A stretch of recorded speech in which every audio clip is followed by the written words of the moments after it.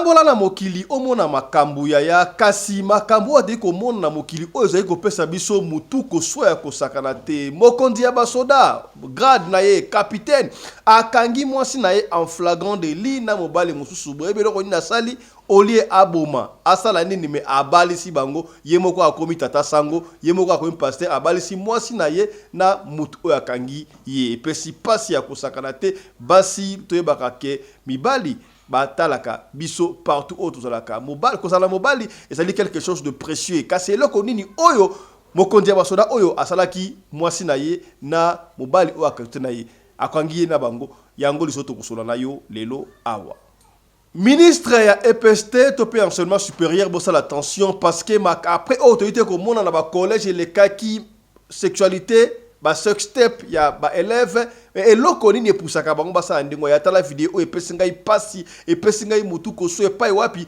ba élève ya basi surtout ba ekomela boss na yebite boss yango bombe nini me whisky bien mai bakotisi bayi mbenda avant bakende bongo na kelasi ya epesi pasi ba parents bana o bazali wapi tala nde bali boye tiala boye tokosuka wapi na enseignement na éducation ya Congo démocratique bana en plein classe abimi classe ceux qui peuvent pas ta classe ba ekomelaka déjà ba whisky tanga ko ta classe ata professeur enseignant ayeko lobana ye azomona yeka mukebwe nzoka asi abeta ki mbenda déjà tokozongela yango na émission ya lelo oso ba boss point on la boss comme ça vous passe moi la classe amela boss yaya makambu ya trafic d'influence auto monaka yango série ya Mobutu ebandaka oyebinga na yebi ozali nani ezongi lisusu na tangu ya mokonzi Félix Antoine Tshisekedi ya mama oyo na Kisangani aleli mutu moko qui se dit un sujet qui se dit être de la famille présidentielle ya tala comment est-ce que baliko baby sa réputation ya mokonzi ya mboka ye abomi mwana ya mama oyo ya 24 ans on ne sait pas par quelle circonstance mwana wana akufi mais mama oyo lokola mwana ya 24 ans akufi atuna te parce que ndeko wana un sujet wana azali na famille présidentielle d'après ye akangi mama oyo abwaki na boloko mutakosunga mama oyo azate mama ikolela yaya bino bozoyo kate ma trafic d'influence est-ce makam oyo lekini po ya dishosoyi boki yango te trafic d'influence yaya mutu oyo akangi mama oyo toko luka ye toko mona ye trafic d'influence pamba to linya on sutela mboka o mama oyo aleli toko zongela yango na émission ya lelo ngai kombo na nga mama fo naza na Kisangani nasengi justice na mokonzi ya mboka président Tshisekedi na ministre ya justice Costa Mutamba atalela nga likambo oyo naza na ndeko moko awa alobi aza ndeko ya président Tshisekedi abomi mwana na ngai ya mobali âgé de 24 ans kombo na ye Joël Kanyenga na mwasi na ye José Pocho babomi mwana na ngai kaka pamba dimanche nazalaki na église baye kokanga nga na église batindinga na la police bazwi ngai 15 policiers babwaki ngai na parquet na minute oyo naza na kati ya kasho yaya mama oyo a s'exprimer alobi kaka oyo ezali na motema na ye kasi alobi ya solo vaut mieux kutu être une femme que d'être un homme yaya quand vous avez un homme un vrai homme alors vous devez prier pour cet homme là parce que mobali oyo ya solo oyo azali na ba charge avec aux responsabilité pardon ya foyer ya mama ya bana babela balia no sotuana c'est quelqu'un en félicité il faut prier pour ces hommes là basi msusu bayeba kailo ko ante kasi mwana mwasi oyo reconnaître ba valeur wana asana mwana mwasi oyo il faut to boire ba fleur landa makambo alobi tu vas comprendre quelque chose ayeba basi bayeba que maître oya kataka makam match final izalaka bongo mobali tokozongela yango pekaka na émission ya lelo. C'est difficile d'être un homme avec du recul. Je ne vous mens pas. C'est difficile d'être un homme. Franchement, je tire un grand chapeau à tous les hommes responsables. S'il fallait renaître, mieux vaut être une femme que d'être un homme. Les hommes ont une pression pas possible de la vie. Parce qu'on dit l'homme est le chef de famille. C'est l'homme, je parle bien de l'homme responsable. L'homme est le chef de famille. L'homme porte la charge du loyer. Si sa femme est malade, c'est lui. Les enfants sont malades, c'est lui. Toutes les responsabilités. Franchement, si vous avez un homme responsable, priez pour lui. Alors, en passant, je rappelle, le 15 février, il y a na Paris Grand Arena. Arena Grand Paris. Et pas wapi, Vangantama, les vieux Vangantama, ouais, l'ensemble de la forêt, à Kobeta, retour ya roi, n'est-ce pas, Schengen.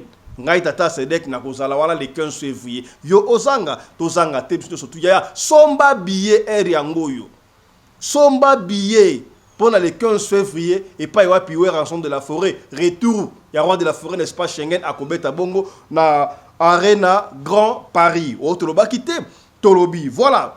Maman Nabiso, il y a Canada, à Zongeli Biso, na ba écharpe. Il y a ba écharpe Oyo, Tolula, Tolataka yango kala. Ba écharpe Oyo, ce que Olati yango, Obimpena, un grand homme. Maman Nabiso, na Canada, à Zongeli Biso, na ba écharpe Oyo. Alors, vous avez besoin d'écharpe pour un yaya, vous hésitez. Ressens ta beauty place, to place. Ressens ta beauty place à Zongi Oyo. Ressens ta beauty place et Zongi na kata tabinu yaya. Ba écharpe ya solo. Un homme élégant, simple. Écharpe ego na chemise, na safari, na abakos yaya kitoko wapi. Et zonge libiso de sous. Alors, pour la cause de écharpe au lingi, yaya, écharpe, il y a couleur nyon surtout. Au lingo, c'est la commande spéciale au Bengi Kaka, maison Ressens ta beauty place à Toronto, na Canada. Voilà.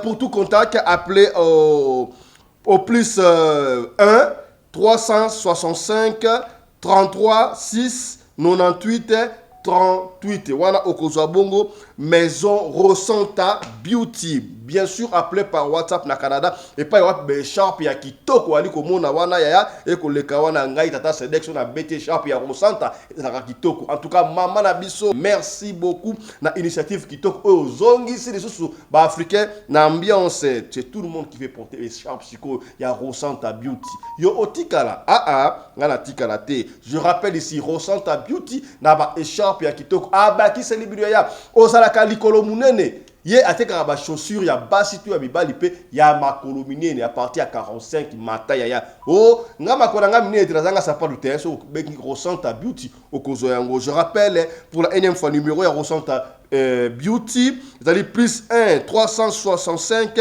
336 98 38 okozo bongo Ressens ta beauty. Voilà.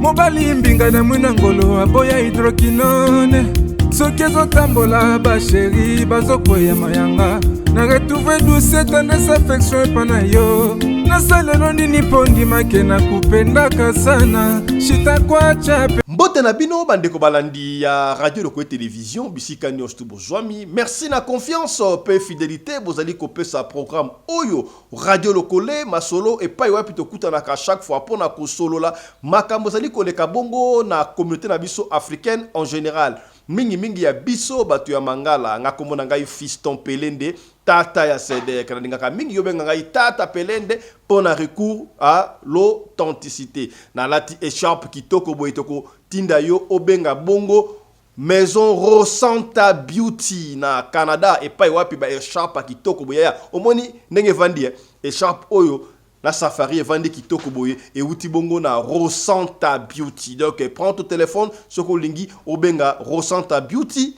et pas wapi okozwa écharpe ya kitoko ya ba couleur nyonso tout ba modèle nyonso to lingi Rosanta Beauty azali na ba airshap okola tango pena safari boye topé okola tango susuna chemise to ola élégant Rosanta Beauty. Merci na ba initiative ya boye to sengi na yo o supporter bana ya mboka boali ko bebisa mbongo ebele ko pesa na ba paya tala mwana mboka est-ce que boye na bimbo na bimabe écharpe à Rosanta Beauty kitoko boye te o toloba kité tolobi voilà Rosanta Beauty. Yaya, nous allons commencer cette émission par un hommage à artiste et musicien Ségué Mignon, Oya BCBG, non seulement chef d'orchestre, M. Drumer, BCBG, il y a BCBG, orchestre très cher à Papa Chéri, Ségué Mignon est parti. Alors, nous avons sélectionné toute une litanie, tout un chapelet, il y a ma vidéo, on a expliqué dans le dernier moment avant mais avant tout on réapparaît encore pour vous démentir information oyo et bimaki sur Dakomuda Christian Newman frère Christian oya Koufi frère Christian a Koufité je crois bolanda qui une interview moka Koufité mais on ne comprend pas toujours c'est bien frère Christian et ils ont les caté bon heureusement que moka bimaki à la qui a Koufité mais frère Christian Dakomuda Linda il est vraiment souffrant to kosenga na bakondi basunga Dakomuda pour azonga bongo nzoto kolongo mono omoni importance ya Chaka Congo abandaka koloba yango bozo finga nga moyibi bozo sala nga boy jour na kozala te vous allez comprendre qui est Chaka Congo.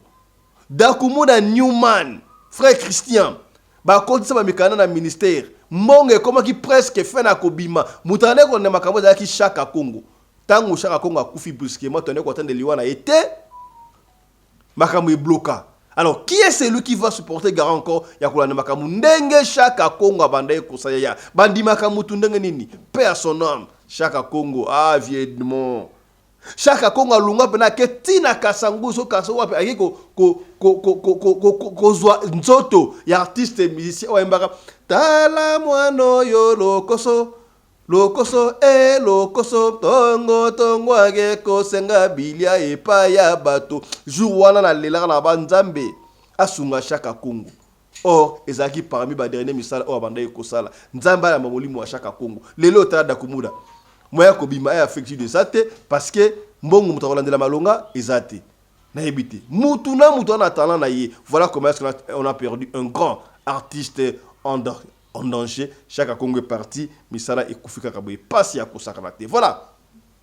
Hommage à Ségué Mignon, nous avons sélectionné pour vous avant de commencer cette émission. Je disais au début, toute une litanie et tout un chapelet. Il y a ma vidéo, il y a Ségué Mignon, il y a JB, il y a des Korobane, surtout il y a Oncle Nabango, il y a une interview. Suivez ça et puis nous allons revenir pour continuer cette émission. Suivez.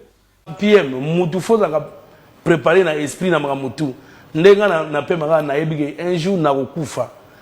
Yango na evita ko sala ba mabetropo. Na bongisa mwa nzela na ngango so tokenda wapi toyebi te. Donc faut la préparer na makambo nyonso surtout donc Papa Chéri nde mutu na ngai. Na pire te c'est que quand je regarde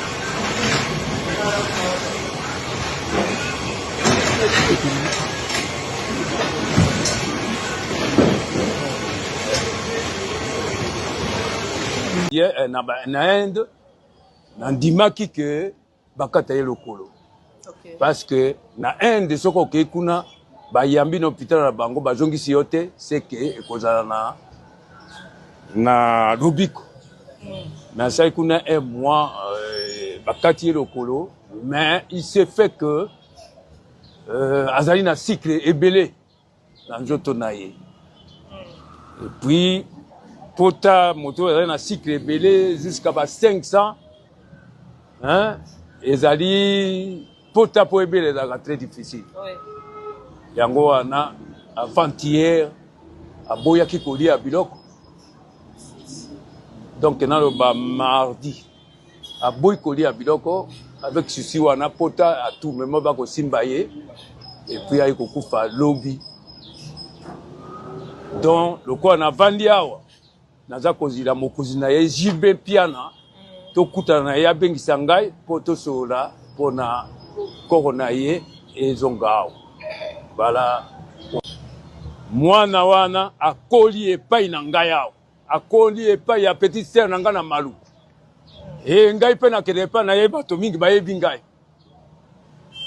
Bayebi ngai. Jibe ye moko mpe ayebi ke pour le moment matanga ezali epai na ngai nakozila ye mpo alakisa biso place oyo ya alingi loko azala mokonzi na ye puisque azalaki lisusu mwana ngai mpenza te.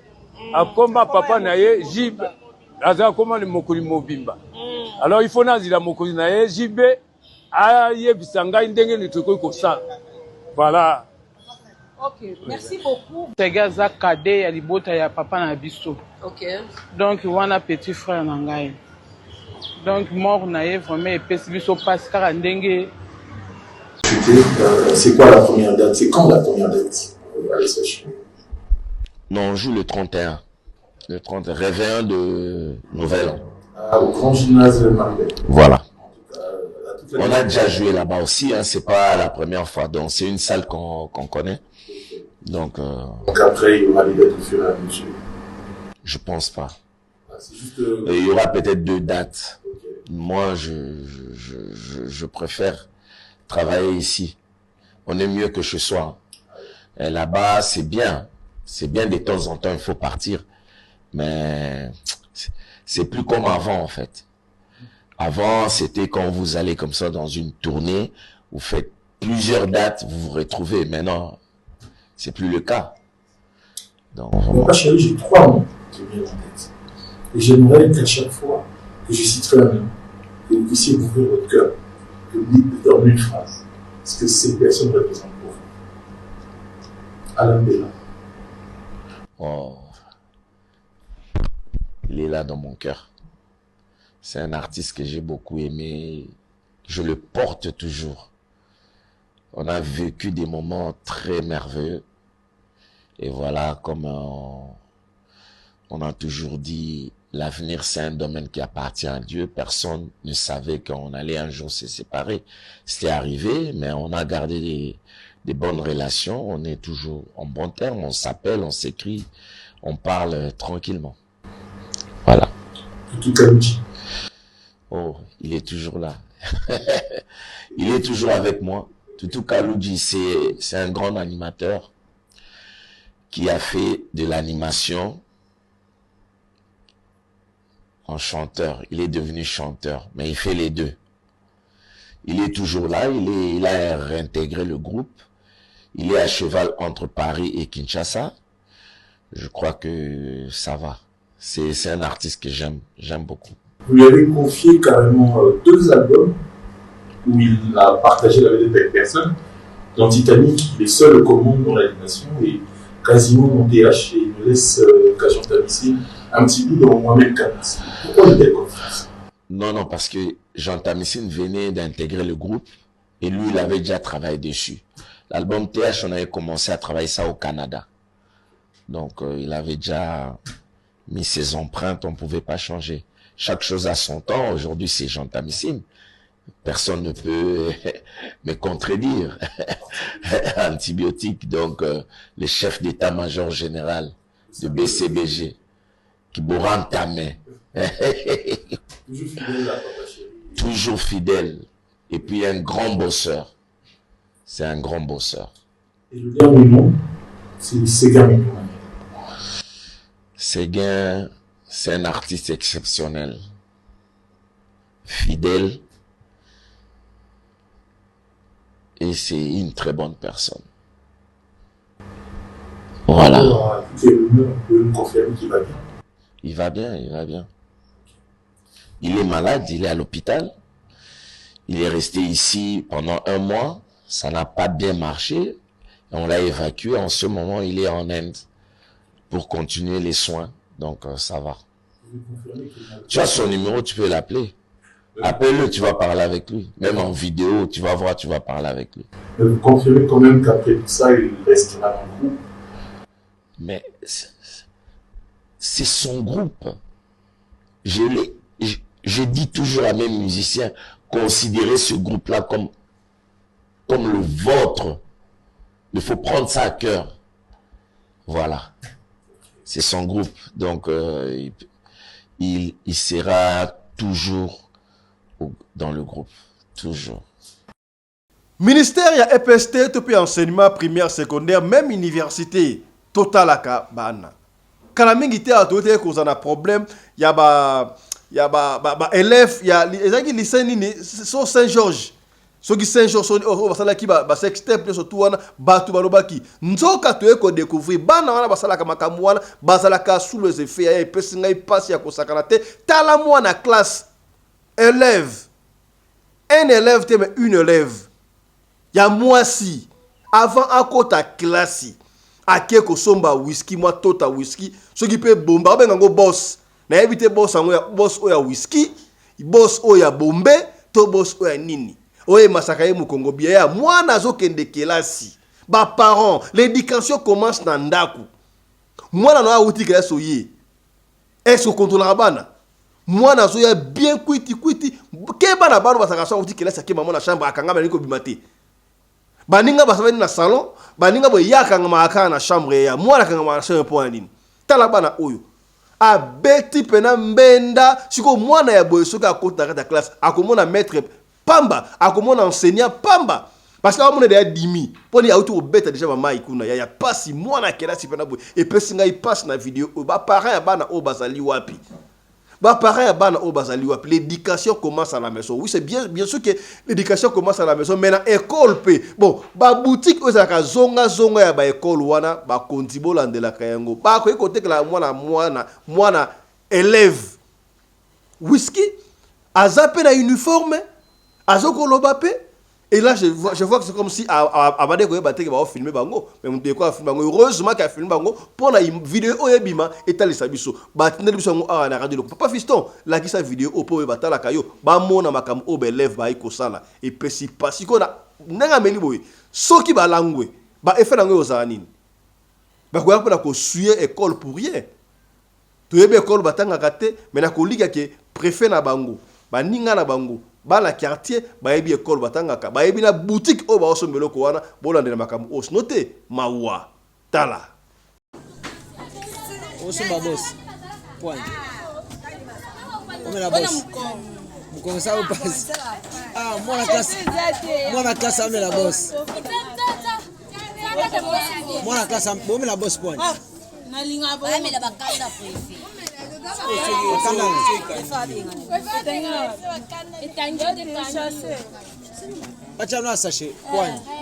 yana robaki yango na ebandela makambu oyo ya trafic d'influence oyebinga oyebina za nani yo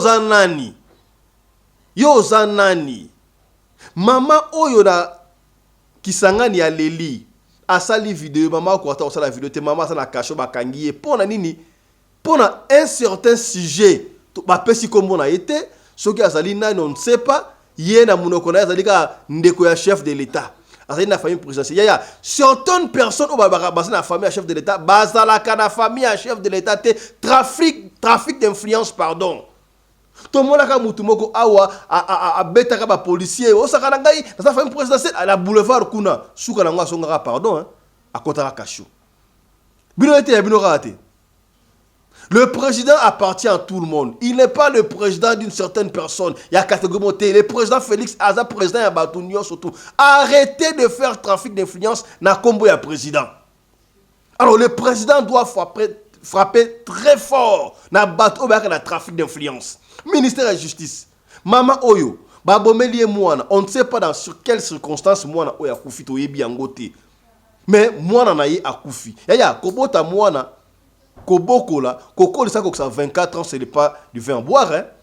Moi, la coxi 24 ans, le col a payé image, moko et moi sur la toile, voisin. Est-ce que, esa vidéo, moi, on a été, mais on se na kini, osa na kisangani. Oyo voisin, ceux qui, bateau, bataka, bagarre de corps, devant ma pango, bango, abandi ko bête massage, esa a l'occasion, mais ebomi voisin, vidéo sur la toile, tout le monde qui a un koufi. On ne sait pas, mais tu relandes la moto bazaki pour nini. Mais auto ba maman o kisangani, maman o ya leli. Tango eko tuna, moi ndeko ya, ngana ndeko ya. Azui maman mukolo, maman bebe se kauki, na banzala abwaki mama na prison soki pe cache soki wapi mama sana likamba kolobati pour nini ndeko ya famille présidentielle yaya je doute fort ndeko azala la famille présidentielle je doute fort soki azala la famille présidentielle pouvoir esilaka mais soki azala la famille présidentielle te ye aza wana mpona kosuye mpona kobebisa réputation ya président il faut batia ye maboko mpo mama oyo soki aye babimisi mama oyo akolakisa ye mutu yango nani oyo abaki aza mokonzi ya président tokolakisa na tv awa honte à vous trafic d'influence makambo ekosila te makambo ekosila te tala mama oyo ndenge alili ngai kombo na ngai eza mama fo ngai kombo na ngai mama fo naza na Kisangani nasengi justice na mokonzi ya mboka président Kisekedi na ministre ya justice Costa Mutamba atalela nga likambo oyo naza na ndeko moko awa alobi aza ndeko ya président Kisekedi abomi mwana na ngai ya mobali âgé de 24 ans kombo na ye Joël Kanyenga na mwasi na ye José Pocho babomi mwana na ngai kaka pamba dimanche nazalaki na église baye kokanga nga na église batindinga na la police bazwi ngai 15 policiers babwaki ngai na parquet na minute naza na kati ya kasho na parquet ya kati ya commune ya Makiso nazosamba te bazoya te batikinga kaka na kati ya kasho kaka bongo nazosamba te yango nasengi ndenge nazoloba boye naza na kati ya kasho yango nasengi justice etalelanga likambo oyo na mokonzi ya mboka ndeko nyonso akomonela ngai eloko oyo ata na TikTok akomona image oyo asunga nga mpenza atindango na bato mosusu mpe bamona. Voilà, je répète, au moni échappe au kitoko na bimi kitoko boye na safari échappe na kati oyo ya Rosanta Beauty Plus na Canada na Toronto benga Rosanta Beauty ça ka échappe te na ba sapatu ya basi ya mibali yo olataka sapatu makolo milai minene ozana mitambi na ndenge mabete olingaki yango te menzamba kela ondengo wana oh papa Fiston ngapena na ngata ka numéro 52 ngapena mutombodi kembe ngapena boya ya solution ezoma déjà na Rosanta Beauty Plus benga Rosanta Beauty Plus publicité yango ezaki ne bandeli soko raté numéro na benga so pe numéro Rosanta Beauty osomba chaussure ya numéro na yo ya minene mosto mobali kuna tota 58 ezali wata le 60 ezali et pas Rosanta Béchap, et à mon échappe, moi, Safari, mais Mikolo, Betisco, Bakondi à Congo, Bobeta Penaba, échappe, Safari na Rosanta Boye, échappe, même chemise, élégant, vous comprenez, t'as la radinga na bimité, voilà, Rosanta Beauty. Na liga ekolobe makamu oyo ya concert ya Félix Ouasekwate mukwa bon que je salue en passant mukwa bongo on a besoin de têtes bien faites telles que Félix Ouasekwate ngwana. Mais on doit se dire de vérité. Yaya, après tout, c'est le Congo qui gagne. Bah ça, l'ouana étranger, mais babetaka yango. T'as la musique n'a pas kangama qui awa. Comment est-ce que Nigérien, Ivoirien, danser. Heureusement, les gens ont compris que musique il fait zonga. Papa Fiston, on va dire qu'on soutenir musique guitare, ils allaient culture yambo qu'on a vu. Moko ya ba culture, tu peux promouvoir yango.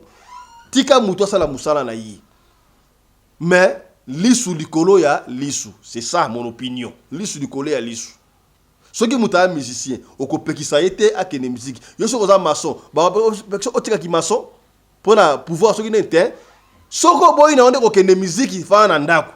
Mais ya mabe otomoni ya il paraît ba billet était kamaki et somba maki déjà plus presque 3/4.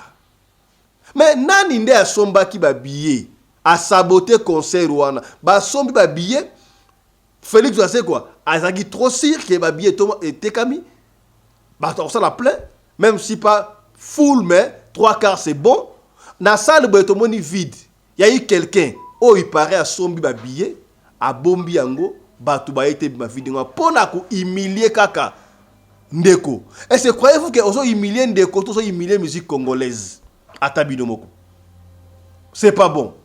tu vas réfléchir Hermoko. Alors, Mbalio Sombo, il a beaucoup regretté le comportement, a dévoilé le secret. Là, moi, extrême qui est Mbalio Sombo. Denga expliqué sur le concert, il y a Félix Oazé quoi. Et je vous signale en passant que Félix Oazé quoi, na Suisse Arena, il y a Suisse. Force à toi, courage. Culture pays vie, et ça dépend de la culture Yambo Kanabiso. Force à vous, force à toi, Oazé quoi. Et Salah Moussala pour promouvoir la culture Yambo Kanabiso. Suivez Mbalio Sombo. Donc, mais Asala qui babillet Tekamaki vraiment. Qu'est-ce qui s'est passé? Babillet, ben ok. Au côté place à vous. Sur place, bando qui bazali glodi. Parce que mina ba pour billet sili. Oui, oui. Billet sili, mais on a côté qu'on a likolo ba bateau, moi côté on a bateau ba. Bazal mo de. Do bazali loko la ba saboter. Ah, bah sombe babillet pour batrika ngo. Batriquer net côté kuna mais bato ba yena mo ebele on a côté na tout ezala kina mais batriquer côté mo tali bisote. Biso l'essentiel kuna ba komi. Oazé quoi abetaki. Bilili pezali yango bato na ebite soko bataba soko ba rindo batala na o ba rhinocéros ba bandela petit na bandela wana o bazo yemba eza balu ya Freddy waneza mutema mabe eloko baluka ki yako monaki fali azoloba bakanisa ki Oazé kwa ko beta te abeti aotaka bo no mene fali ona sabo azo tout bali kongati il fallait soutenir Oazé kwa banda ne bandeli tina suka bana ba tina ba visa tina. Yaya, je le disais au début de cette émission, une bonne femme, une vraie femme, la vraie alors, à lobby, oyo, na katia motema na ye, elle a dit vrai. Yaya, quand tu as un mari, ba mama boya, ba jeune fille boya, bovanda wana. Quand tu as un mari qui s'occupe de toi, de ta famille, de tes enfants, il faut chaque fois prier pour cet homme-là. Mibali est belé, bakundi bango na cimetière à Pantin, na cimetière à Kintuka, na Mbetenge parti par là, bazo koufa avant parce que charge l'équipe, charge oyo la kapaya mobali, ce qui va pesi moi si yango basi mbeba kraka, basi belé ba kraka. On a ta femme seule, ne so boyenga moko, mais quand on te donne un mari, qu'as-tu fait de ce mari là? Yoza na mobali na ndaku, ozo minimiser mobali, ozo mona instrument à pamba, mais au moment où batou ebele, bazo koluka. Est-ce que connaissez-vous la valeur d'une femme? Pardon, connaissez-vous la valeur d'un homme? Connaissez-vous la valeur d'un homme? D'après ma caméra sur Kosala, moi chaque Kosala bazizane par-ci par-là, boye, mais c'est lui qui prend les matchs, la décision finale, na vie à moi si ezalaka mobali. Na lingito landa neko ba mingité landa maloba oya mwasi oyo landa ngo c'est très profond to ko zonga na gout na parlement choc to lobi ngo en long et à large profondeur mais yo kama ka mwasi olobi est-ce que mwasi oyo asana raison toi ça na tort quand tu es mari il faut prier pour cet homme là ba mari a ba gigoloté mari pene un mari et après mwasi oyo to ko landa analyse oyo papa oyo asali là vous comprendrez qui est un homme. Suivez. C'est difficile d'être un homme. Avec du recul, je ne vous mens pas. C'est difficile d'être un homme. Franchement, je tire un grand chapeau à tous les hommes responsables. S'il fallait renaître, mieux vaut être une femme que d'être un homme. Les hommes ont une pression pas possible de la vie. Parce qu'on dit l'homme est le chef de famille. C'est l'homme, je parle bien de l'homme responsable. L'homme est le chef de famille. L'homme porte la charge du loyer. Si sa femme est malade, c'est lui. Les enfants sont malades, c'est lui. Toutes les responsabilités. Franchement, si vous avez un homme responsable, priez pour lui. C'est pour ça que vous voyez souvent l'homme meurt vite. À cause de la pression de la société. L'homme ne va pas mourir vite comme vous l'asphyxiez. Est-ce qu'il vous dit que l'homme crée l'argent? Il n'y a pas l'arbre quelque part, un homme crée l'argent. C'est toujours les mêmes salaires que vous connaissez là, non? Félicitations, messieurs. Que Dieu vous protège, que Dieu vous donne l'argent, que Dieu vous donne la santé, que Dieu vous donne la prospérité, que Dieu vous donne longue vie. C'est dur d'être un homme. Un vrai, un responsable. Je parle bien des responsables. C'est très dur d'être un homme. Dieu n'a qu'à vous donner longue vie. C'est pour cela les hommes meurent vite. Ne venez plus me demander, Tata Sou, pourquoi les hommes meurent vite. Trop de pression. C'est pour ça que vos maris meurent vite. Donc si tu ne veux pas que ton mari meure vite, il faut l'épauler. Il faut l'aider. Il faut le comprendre. Il faut accepter qu'il porte une lourde responsabilité. Et qu'il y a des sujets où mieux tu ne parles pas. Ferme ta bouche. Parce que quand tu reviens avec la pression de la vie, tu commences à mettre ça dans ses oreilles. Il peut avoir l'AVC. Beaucoup d'hommes meurent d'AVC comme ça là. Et qu'il était jeune, n'avait que 35 ans, il est mort d'AVC. La pression. Trop de pression. C'est pour ça les hommes, et moi j'aimerais vous dire, à un moment donné, il faut aussi être je m'en foutiste. C'est pas tout le temps que tu dois faire que oh la belle-mère a ceci, tu donnes, ne donne pas. Tu es aussi l'enfant de quelqu'un, tu vas aller voler. Il faut parfois montrer à la belle famille que tu ne creuses pas l'argent. Il faut parfois montrer à la belle famille que tu ne creuses pas l'argent parce que tu ne les connais pas. Séparez-vous. C'est là où tu vas voir le visage de tout le monde. Il y a des enfants, des gens ici qui n'arrivent pas à respirer. La belle-mère est toujours... Elle a le numéro de téléphone. Mon fils, vraiment, comme tu vois là, mon fils, vraiment, tu vois que la belle-mère, si même toi là, a fait les plans, elle sait que quand elle a un problème, elle appelle. Quand elle a un problème, l'enfant de tout ne fait que prendre l'argent. Pas dire non. Il veut faire bonne impression. Il veut faire le bon beau-fils. Ne calculez pas. Parfois même, il faut dire je n'ai pas. Apprenez à dire non. Parfois même, voici la rentrée scolaire, on va te donner les petites soeurs de ta femme qui viennent habiter chez toi, refuse. Ben non. Ouais, refuse. Parfois même, il faut être le beau-fils qu'on craint que d'être le beau-fils qui est le béni, oui, oui.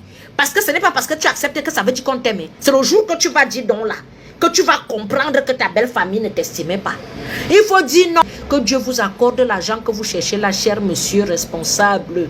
Que Dieu vous donne beaucoup d'argent, la santé, la prospérité. Que Dieu vous ouvre les portes. Que Dieu vous aide à porter la pression que vous avez sur vos épaules. Parce que être un homme, c'est très difficile. Une femme, même, tu peux dire même que ma boquille, je ne fais rien. Tu prends même le dernier des derniers, va aller se battre pour te nourrir. L'inverse est souvent parfois très difficile. Dès que la femme travaille seulement 2 jours, une femme gigolo, tu entends seulement qu'une femme que tu as nourrie pendant les années, le jour que tu perds un peu ton emploi, toi aussi tu es là, le temps que tu te cherches, tu entends seulement que ton gigolo de mari est là. Ton gigolo de mari est là, qui vous dit que c'est aussi impossible à une femme de s'occuper, de porter de la famille.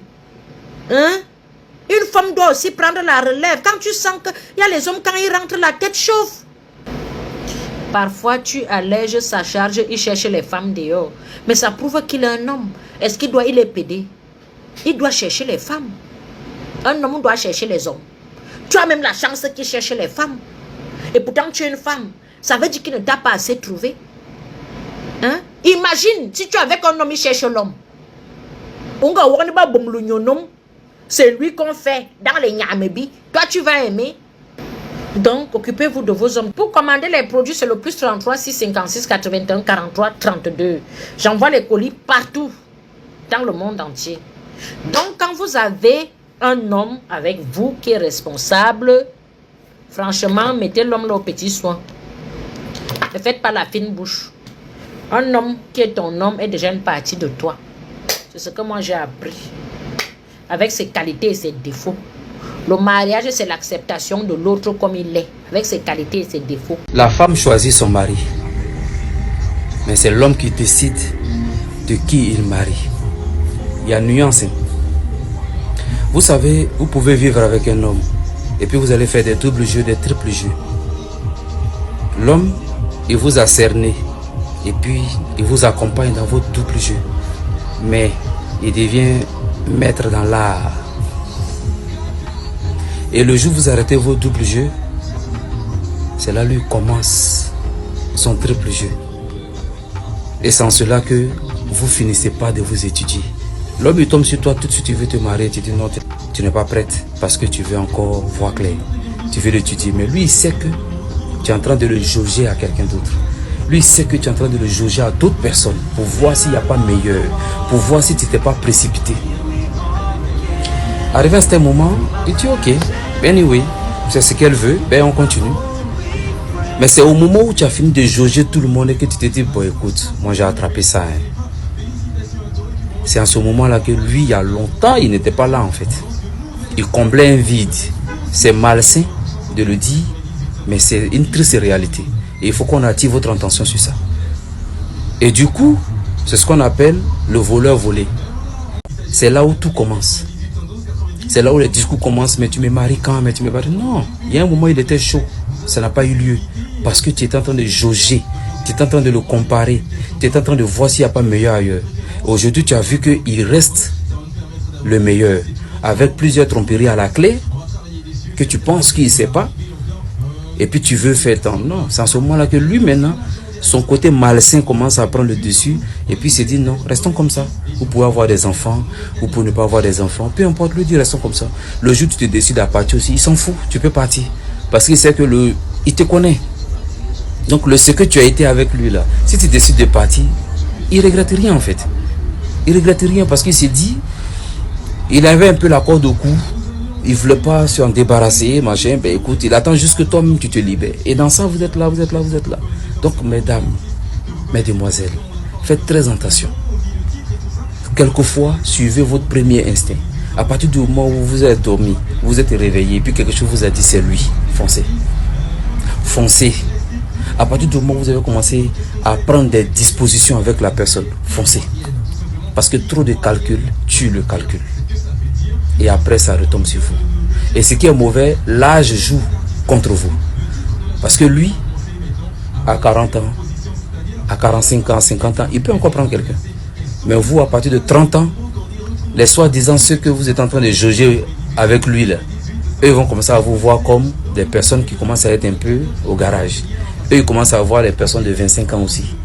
Vous voyez un peu? Le cycle reprend. Et c'est en ce moment-là, vous voulez vous accrocher à lui. Vous êtes obligé de subir toute sa dictature. Donc suivez votre instinct dès le départ et puis restez focus. Voilà. Il n'y a pas de relation exceptionnelle. On fabrique sa relation. Yaya kaka makambango ya ko minimiser ba mibali salaka attention les autres robetela osika boye mokonzi ya basoda akuti mwasi na ye na ebite na chauffeur na nani mais akuti mwasi na ye na mobali mususu a flagrant délit na ndako ya bango epesi pasi soldat oyo akoka kipe kosala ki soldat mais asali ki soldat te kasi o asali o cérémonie asali oyo nga epesi nga mutu koswa tango ye kozo yaya. Ne jouez pas avec les hommes. Mobile abimi ake koluka pona yo olia. Que ça soit aza muta pusu, que ça soit asala kamusala nini, que ça soit azali militaire yaya. Azali militaire tonani. Akei pona yo olia, pona yo olata. Quand tu restes à la maison, olie otia mabolongo na se, osambela pona mobali na yo. Nzambe asunga, yo zomo na intérêt. Basi ebele ba mona ka intérêt ya bango. Okomona ba mikolo wana papa moi ba faiblesse ezali moi kolembe ezali ye azomona intérêt aikotinda ye peut-être abima libanda akende koluka libanda abosani ki ba faiblesse wana ba kolembana momentané eza po mobali ya bimaki akenda ki kolukela ye mbongo po ye alia po ye alata pasi olie omonike mobali exemple ba faiblesse azokokate kende pa ba basai saka ba kisi ebele sai batango sai sala papa ba deso twana alia po azonga nzoto kolongono kolemba esila olie okende ko tricher quelque part. Alors ici je vais donner un conseil au papa. Ermo ce que voyager toke ibo OK musala ermo papa so ba benga te OK osa na so ya te okope sa position zonga kana ndako na briske yakaka briske makamso okute na ndaku okondima teke makambo ko osala mandengwa lokola soldat oyo to ebite yakendaki musala mission de service to ne metanga eko zonga boye azongi akuti en flagrant délit image wana mwado tela on ezate soza na besoin image wana to kotinde yango na privé yaya azongi epesie mutu ko soit azalaki na ba garde de corps na ile sokulana et qu'est-ce qu'il a fait soldat oyo pauvre capitaine pasi ya kosakana te mwasi oyo ngana ke kolukela yo mbongo olia olata c'est ce que tu me payes en retour eya yango ati salama kimbala moko akozwa ngo salama mbala ebele pasi na motema et militaire donc c'est que ngai na ko mobali mabe nga osepeli na ngate mobali osepeli na yeyo ngai fana bali sabino olia benga sango abenga tatalabe abenga pasteur yemoko akomi sango yemoko pasteur abandi ko célébrer bino bali ko balana la sabilamba balati bilamba a célébrer mariage na bango alesi bango ba ice ba crème o alesi oyo crème abalesi bango. Est-ce que acte oyo soda oyo asali malamu to asali mabe? Tango abalesi bango mbali, abalesi bango na ndenge ya baventure to na ndenge ya lokuta. Ete ya bino yaya, ete ya bino papa soko ozo na ndako ermogo. Oui, c'est vrai, na casa de tendresse, maman tu es où? Bon ça va, na zonga déjà na ko dans 30 minutes. C'est bien. Mais ermogo ozo peut sa position. Parce que ceux qui policiers oyo, ceux qui soldats oyo, militaires oyo, abenga ki mwasi na ozonga, mwasi va être dans sa position mususu. Mais abmelier brisque. Et puis dans la maison, papa faut dans la clé ndako na yo. D'ailleurs ça ndenge wana, maman na clé na ye, papa na clé na ye, muto na clé na ye. À tout moment, okota ndako na yo ufunguli yokoti. Ta makambo ya okota. Makambo ya soni. Makambo ya soni. Muto ya kangi na ye wana, ba détaillé te atali chauffeur na ye. Asali nani, on ne sait pas, mais ce vrai soldat capitaine akangi mwasi na ye na mutu mususu na chambre en flagrant délit azonga ki erwa te ete ya bino. Je crois émission lelo ming tozaki basé sur ba mama boyoka pour l'éducation. To suki awalelo. Soki émission oyo se pélicioté likamote yo partager na nukaya to partager to bandi ko pousser na muke vers la fin de l'année presque déjà Noël yaya to s'abonner ko tout na papa pembeni. Est-ce que s'abonna? Nous avons besoin d'abonnement à Souka tina le 31 janvier total donc ça combien parce que déjà target nabiso pour ça plaisir de quoi qui déjà pour l'année oyo mais vous continuez ma tabisi j'ai confiance to continuer ko s'abonner tout na papa maman au s'abonna yaya moi si au s'abonna to s'abonner massivement pour la chaîne oyo et que ne liboso ça rabino chaîne oyo ezala ka ya biso moko te ezala ka ya biso na bino po masolo oto betaka awa ezala ka masolo oto infantaka te ezala ka masolo oyo bino opesa ka biso pona to edaka to edikaka to bogisaka ba comportement ya comité na biso to suki awa ya to kutani na pourquoi pona émission mususu ya Radio Le Collé Masolo. Ne ratez pas ce grand rendez-vous chaque jour Parlement Choc na ba député émission oyo c'est-à-dire que ça là que vie et zonga kati na communauté na biso. Allez, portez-vous bien. Santé de faire à tous. Bon ça na te ressenta beauty ta la écharpe kitoko. Te voilà, allez. Chap. Et tchara. Hey yombe. Ata bambo rebekon ama bambo rebekon eyome ala wa babel kala chekunonzo maniar kambole ala wa babel kala chekunonzo maniar kambole ala wa babel kala chekunonzo maniar kambole anyere sisi ala wa babel kala apure sisi efisi imo ibengwer dabo imo ibengwer dabo ndema sambala kuma wabu wa ndema wa amen olimo ibengwer dabo ndema sambala kuma wabu wa ndema wa aya ndifwane mun kinamba ibengwer dabo olimo ibengwer dabo ndema sambala kuma wabu wa ndema wa amen ibangine fala olimo ibengwer dabo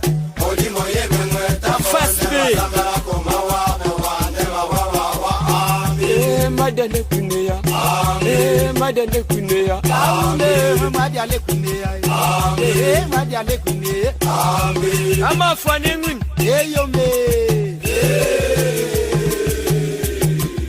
sanokwe oziro ayamulo ya ayamulo na ye Sandia ayamulo na ye ya ayamulo na ye matikendele ya ayamulo na ye makabo malo ya ayamulo na ye ya ayamulo na ye ya ayamulo na ye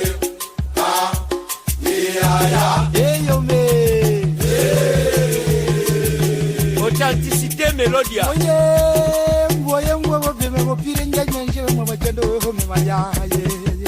Vilman yok men ma we Jane kwe Papua Osiro Sandia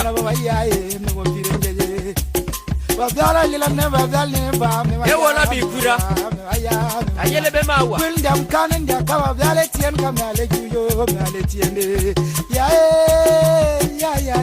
Jamurngande Duenu mara ya mondo Duenu mara ya mondo Mura murundi Meziro menjeo mama chan shuka kwa mkora mena kan kora mbul mena nandele Mayala mabanda ya wego Polibala ya flori memo pienje du glaso memo wankele ya niki upepa memo piringe nyumbara wa yanji peti Cambodia ya monja gatababa Kenake murke fula mate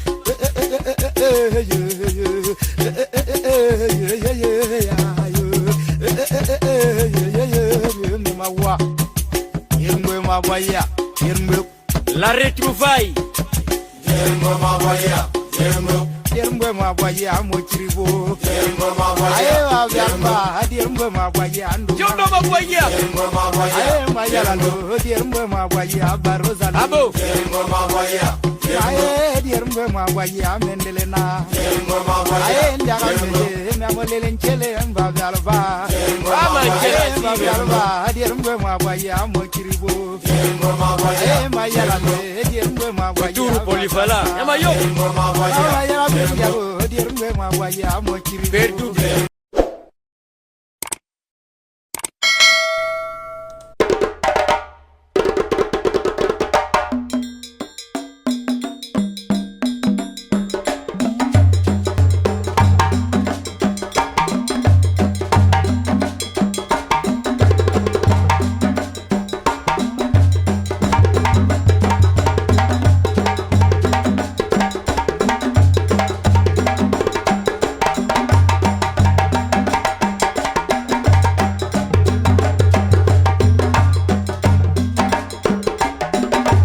mobali mbinga na mwina ngolo aboya hydroquinone soki ezotambola basheri bazokwea mayanga na retrouve douce tendresse affection epa na yo nasalelo nini mpo ndimake nakupendaka sana